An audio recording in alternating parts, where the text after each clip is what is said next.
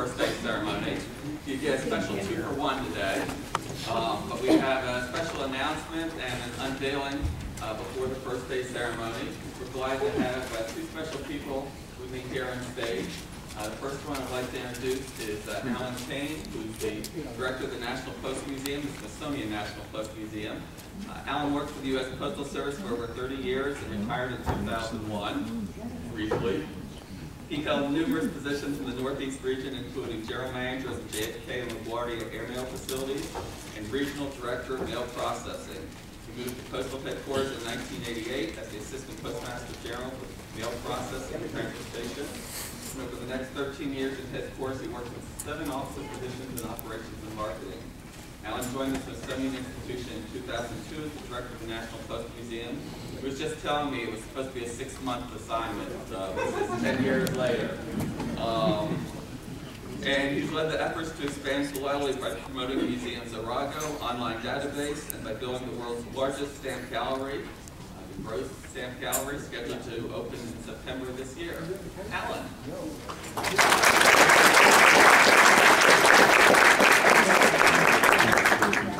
Can you hear me?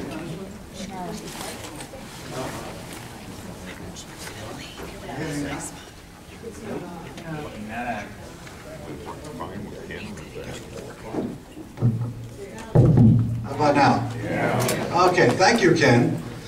Ken gave my whole speech, so in conclusion, I'm going to sit down. Seriously, let me ask you a question, because I only have a short period of time. How many of you would like to see a block of 4 inverted Jennies? Raise your hand. Where's Janet? You got your hand up, Janet? Okay. Tom? Another one, hand. Okay, how many of you would like to see the only letter canceled on the moon? There was only one canceled on the moon by the astronauts. How many of you would like to see a letter dated July 4th, 1776, sent to John Hancock?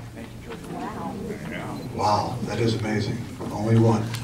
Well, next September, as Ken said, if you visit the Smithsonian National Postal Museum, you will see those objects plus over 20,000 more objects in the new William Gross Stamp Gallery, the largest stamp gallery in the world. It's scheduled to open in September of 2013. So what are we trying to accomplish? Number one, professional collectors like you folks, we want you to see rarities. Number two, for the general public, for families, for school kid tours, we want them to see the beauty of stamps, and the educational value of stamps. We also want to create new stamp collectors for the future, and every child that goes through that gallery will get a kit, starter kit of stamp collecting. Of course, I also want to drive traffic to the museum, you can understand that, and this will drive a lot of traffic to the museum. So, in addition to the gallery we're building, we'll have an educational center on the 2nd floor that translates the history that's in the gallery into curriculum for kids and teachers. And lastly, which I think is really going to help philately, the image of philately and the brand of philately, the windows on the outside of the museum, there are 54 windows, 1,200 square feet of window space, 54 large windows from one end of Massachusetts Avenue to the other, very heavily traveled area.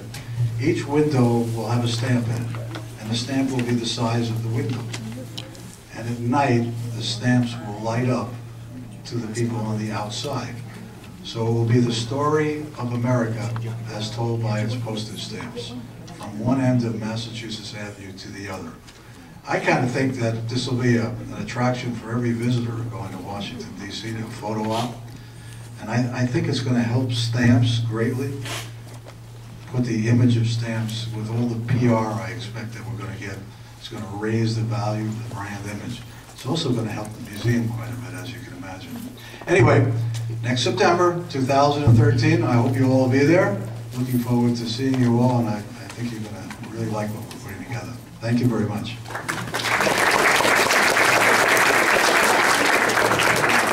Thanks, Alan. That should be absolutely wonderful when it's open. If you can't wait in the meantime, I think there's at least a couple inverted Jennies on the show floor upstairs. Second person we're delighted to have with us today is Susan McGowan. She is the basically brand new Executive Director of Stamp Services. I think she began December 29th, so it's about 3 weeks, maybe not even quite that long. And this is, I believe, the first stamp show she's ever been at. So first opportunity for most stamp collectors to meet her. I think her title is actually Director of Stamp Services and Corporate Licensing, as corporate licensing has been moved in with Stamp Services. Previously, she served as a Senior Manager of Public Relations for the Postal Service. She brings many years of marketing and corporate communications experience to her new role, having worked prior to joining the Postal Service at Avis Budget Group, Wyndham Worldwide, and Toshiba Consumer Electronics. She holds an MA in Corporate and Organizational Communication from Fairleigh Dickinson University and a BS in Marketing from Rutgers University. Please welcome Susan McGowan.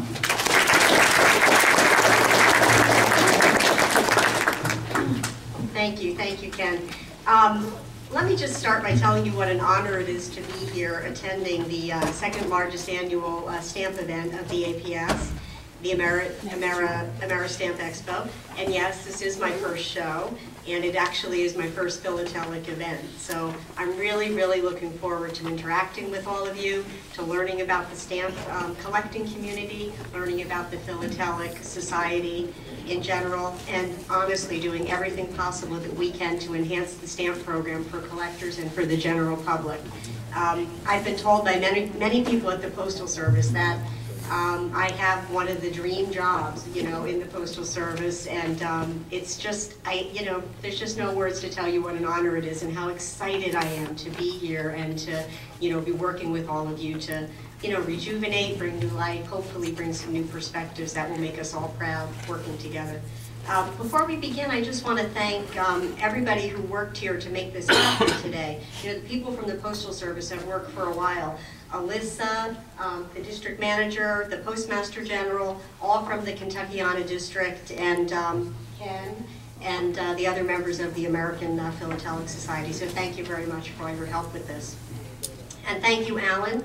We also are very excited about the opening of the Gross Gallery. And the Postal Service is a big supporter of the museum, and we can't wait for that exhibit to open for all of the many reasons that Ken said. So many visitors go through there, and it's such a great way for us all to promote the philatelic products and the postal brand. So it's going to be very exciting. Now, for what we're here to talk about mainly, let's talk about the inverted Jenny. As we get started, as you know, when we open up the the Gross Gallery, the inverted Jenny, that will be the first day of issue for that new stamp. It's going to be reprinted as a $2 stamp in a souvenir sheet format featuring 6 of the stamps. That way, they won't be confused with any of the 24-cent stamps that some of you may have lying around your house. And by the way, the original engraved dies used to produce the 1918 stamps will be used to produce this new version, so that's very exciting.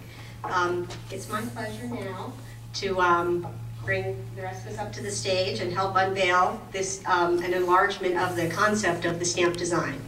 So.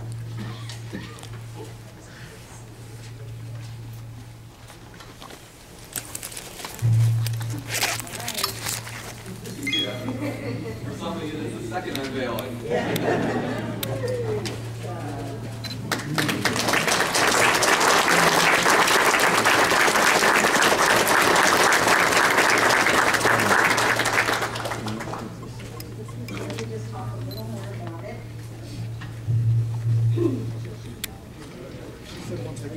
So it's beautiful.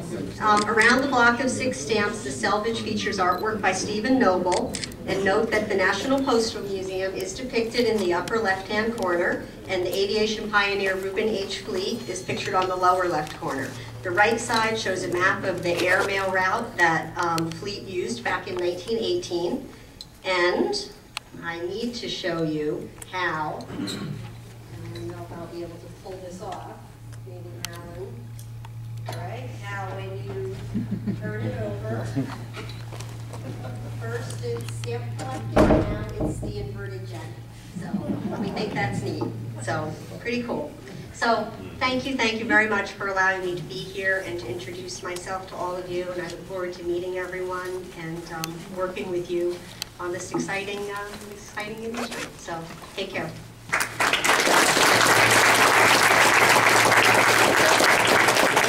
Thanks, Susan and Alan, and thank you all for allowing the prelude to the first day ceremony. And if you give us about 2 minutes to remove us from the stage and get the platform party for the first day ceremony up, we'll continue. But thank you all.